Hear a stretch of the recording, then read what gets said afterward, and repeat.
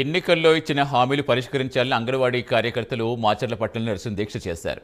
దీక్షకు TDP incharge Jolakanti Brahma Reddy సంఘీభావం తెలిపారు. ఎన్నికల్లో అంగన్వాడీలకు ఇచ్చిన హామీలు సీఎం జగన్ వెంటనే అమలు పరచాలని బ్రహ్మారెడ్డి డిమాండ్ చేశారు. అబద్దాలు చెప్పి మోసపు మాటలతో గద్దెనెక్కిన జగన్ హామీలు మర్చిపోవడం దుర్మార్గమన్నారు. 3,000 ఉన్న అంగన్వాడీల వేతనం 6,000 చేసిన ఘనత చంద్రబాబుకి దక్కిందని బ్రహ్మారెడ్డి తెలిపారు.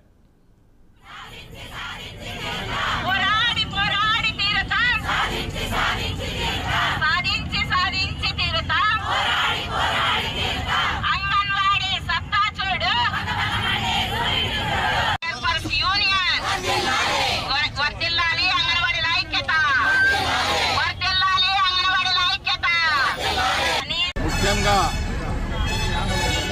ఈ రాష్ట్రంలో యూజ్ అండ్ త్రో వాడుకో వదిలేయి మరి సిద్ధాంతాన్ని అమలు చేస్తున్న వైసీపీ ప్రభుత్వం వైఖరిని ప్రజలందరూ కూడా గమనించాలి.